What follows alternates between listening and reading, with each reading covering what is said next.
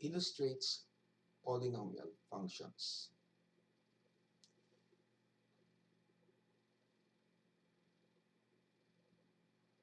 Polynomial function is a function defined by this equation. P of x equals a sub n x to the n plus a sub quantity n minus 1 times x to the quantity n minus 1 plus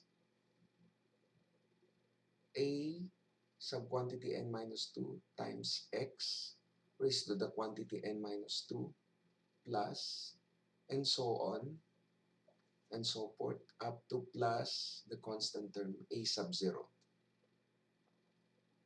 where n represents a positive integer and also the degree of the polynomial. A sub n is the leading coefficient. A sub 0 is the constant term.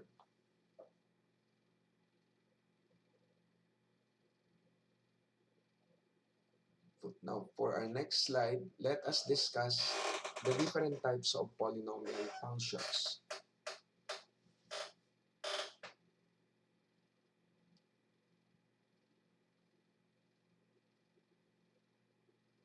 But first, let us consider this illustrative example. What if we are going to write the given polynomial y, 5 plus 2x to the fifth minus x cubed plus 4x to the fourth minus 7x plus x to the sixth. We're going to rewrite the polynomial in letter A, descending order or descending power of x, descending powers of x, and B, ascending powers of x. Which means the given polynomial is to be written wherein the first term that comes first is the one with the highest degree and the last term is the constant term. So here in descending order, the polynomial should be written like this, beginning with 6, followed by this term, next is this term, then minus x cubed, next is minus 7x, and last term is the constant term 5. So the polynomial function will be like this.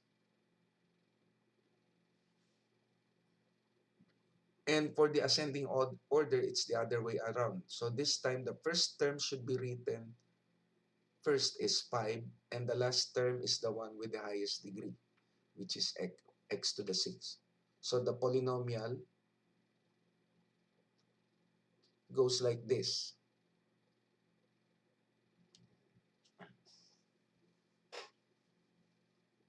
An expression in ascending powers of x. Okay. And this one is a polynomial whose terms are written in descending power of x.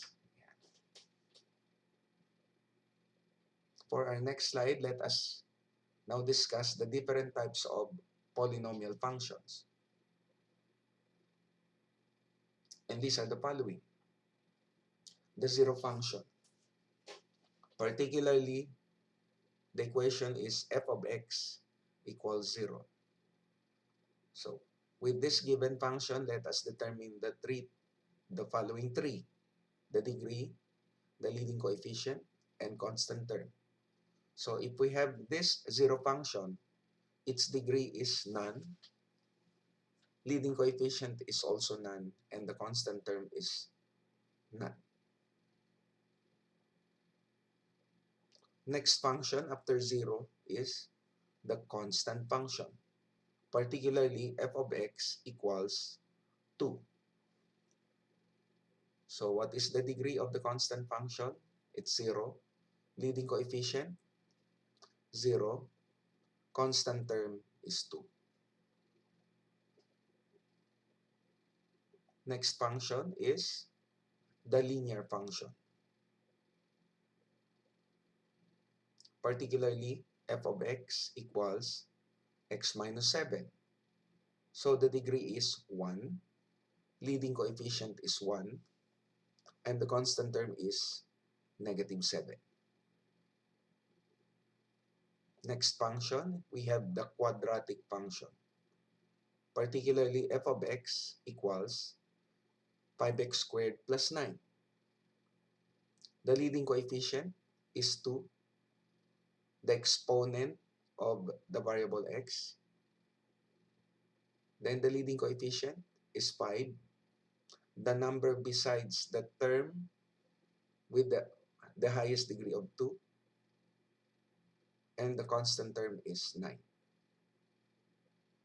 Next, we have the cubic function, whose equation is f of x equals x cubed minus 2x squared minus 4x plus 6. So the degree is 3, the leading coefficient is 1, and the constant term is 6. Next function is the quartic function, particularly f of x equals 3x to the fourth plus 5x cubed minus x minus 8. So the degree is 4, the leading coefficient is 3, this one, and the constant term is negative 8.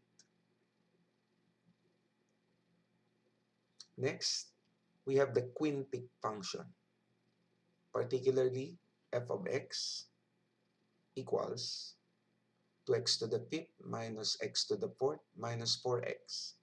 So the degree is 5, which is the highest exponent of variable x, and the leading coefficient is 2, the number besides the term of the highest degree,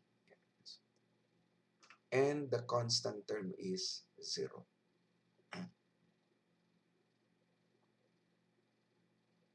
Next function is what we call the nth degree of polynomial function, particularly f of x equals 7x to the 6 plus 5x to the 4th minus 3. So the degree is 6, the leading coefficient is 7, and the constant term is negative 3.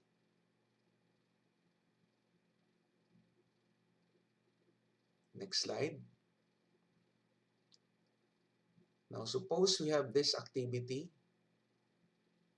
What we're going to do is to determine whether the given uh, function is polynomial or not.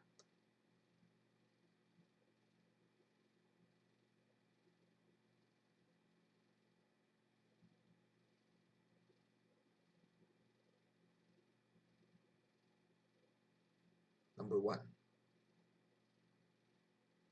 number 2, number 3, number 4, and number 5. Okay. Let us find out each of the following functions, starting with number 1. Polynomial or not? It's polynomial. Polynomial function. Number 2, it's not. Number 3, polynomial. Number 4, it's not. Number 5, it's not. So why is it that 3 of these first 5 functions are not polynomial? Now let us investigate. So for the first function that is not, you will notice that the exponent of x is negative. Meaning, for a polynomial function, the exponents must not be positive, the exponent for the variable x. Now what about number 4? Why is it that the given function, why is it that that this equation is not polynomial? Because we have a denominator containing variable x. Number 5 is not a polynomial function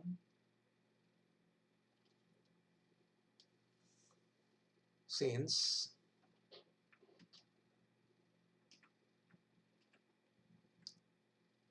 there is a variable inside the radical sign.